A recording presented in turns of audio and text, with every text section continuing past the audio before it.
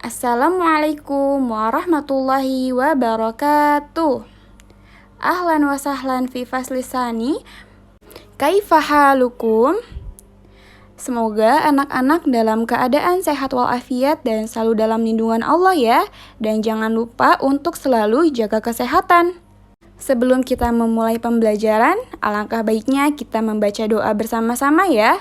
A'udzu billahi minasyaitonir rajim. Bismillahirrahmanirrahim. Allahumma anfa'ni ma 'allamtani wa 'allimni ma yanfa'uni wa zidni ilman. Di pagi hari ini, Mudarisah akan mengajarkan anak-anak pelajaran fikih ibadah.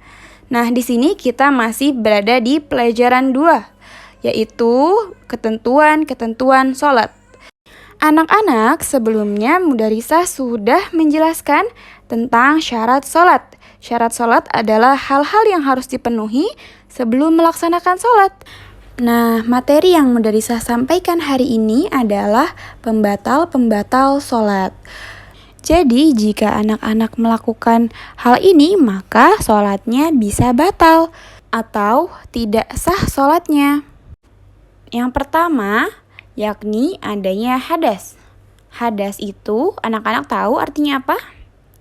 Jadi, hadas itu artinya keadaan seseorang tidak suci sehingga terhalang untuk melaksanakan ibadah. Contohnya misalkan sedang haid atau sedang nifas atau telah buang air kecil atau buang air besar atau buang angin. Nah, jadi ketika anak-anak sholat nanti tiba-tiba buang angin atau ingin buang air kecil atau buang air besar, maka sebaiknya dibatalkan dulu ya sholatnya.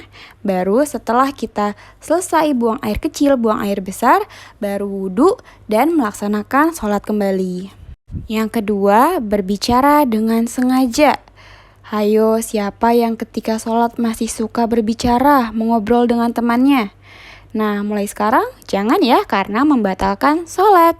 Bahkan ketika kita niatnya hanya untuk memanggil teman kita, hehe gitu, itu juga termasuk membatalkan sholat karena berusaha untuk mengobrol dengan temannya.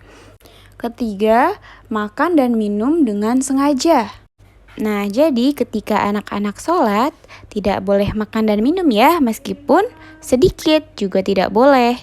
Keempat, tertawa. Nah, siapa yang ketika sholat masih suka bercanda tertawa-tawa? Ayo, bahkan tertawanya sampai goyang-goyang badannya. Nah, itu juga termasuk pembatal sholat ya. Sholatnya tidak diterima sama Allah. Mubazir kan? Kita sudah sholat capek-capek, malah tidak diterima amalnya. Wah, siapa yang rugi? Yang kelima, lewatnya perempuan balik, hewan keledai atau hewan anjing hitam di antara orang yang sholat. Nah, jadi kalau anak-anak ketika sholat lalu ada perempuan dewasa yang lewat, maka sebaiknya dihalangi ya. Begitupun juga dengan hewan-hewan lainnya yang ketika lewat. Maka sebaiknya kita menghalangi hewan-hewan tersebut untuk lewat karena khawatir mereka membawa najis dan mengotori tempat sujud kita atau pakaian yang kita pakai ketika sholat. Baik, yang akan kita pelajari selanjutnya yaitu hal-hal yang diperbolehkan dalam sholat. Jadi, jika anak-anak melakukan hal tersebut tidak boleh ragu lagi ya, karena diperbolehkan dalam sholat. Dan sholatnya pun tidak menjadi batal. Sehingga sah-sah saja jika anak-anak melakukan hal-hal tersebut.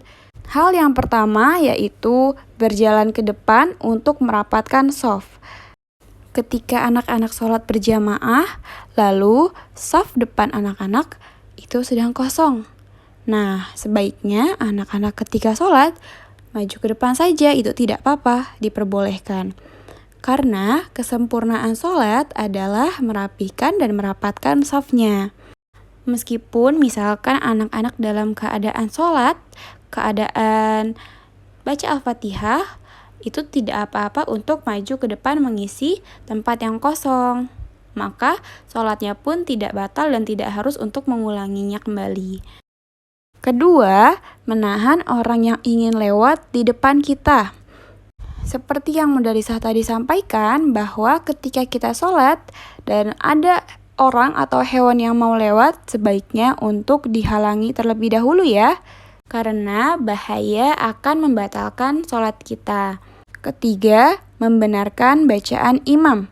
Jadi ketika imam salah, maka makmum laki-laki boleh membenarkan bacaan imamnya, dan itu tidak membatalkan sholat.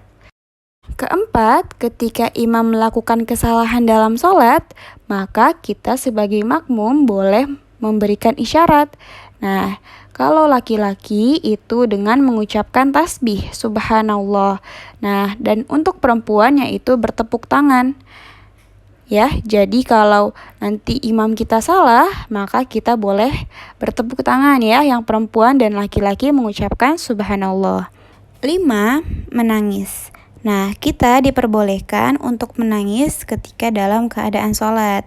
Nah, akan tetapi, nangis yang diperbolehkan itu yaitu ketika kita nangis takut karena Allah. Kedua, nangis karena membaca Al-Quran. Yang ketiga, nangis ketika membaca doa. Keempat, menangis ketika dalam keadaan sujud. Maka bisa diambil kesimpulan bahwa kita boleh menangis dalam keadaan menangis karena Allah saja, bukan karena makhluknya. Keenam, menggendong anak kecil. Nah, pasti anak-anak ada yang punya adik kan? Iya, nah pasti pernah lihat uminya ketika sholat sambil menggendong adik bayinya. Nah, iya itu diperbolehkan ya. Mungkin saja kalau tidak digendong nanti adik bayinya makin nangis kejar. Maka diperbolehkan untuk menggendong adik bayi. 7. Membunuh al-aswadain atau kelajengking dan ular. Dan dalam suatu hadis, Nabi Shallallahu Alaihi Wasallam menganjurkan kita ketika sholat untuk membunuh kalajengking dan ular yang ada di hadapan kita. Karena kedua hewan ini sangat membahayakan bagi tubuh kita. Nah, anak-anak sudah paham kan materi yang Mudarisah sampaikan hari ini? Hari ini Mudarisah telah menyampaikan hal-hal yang membatalkan ketika sholat dan hal-hal yang diperbolehkan dalam sholat.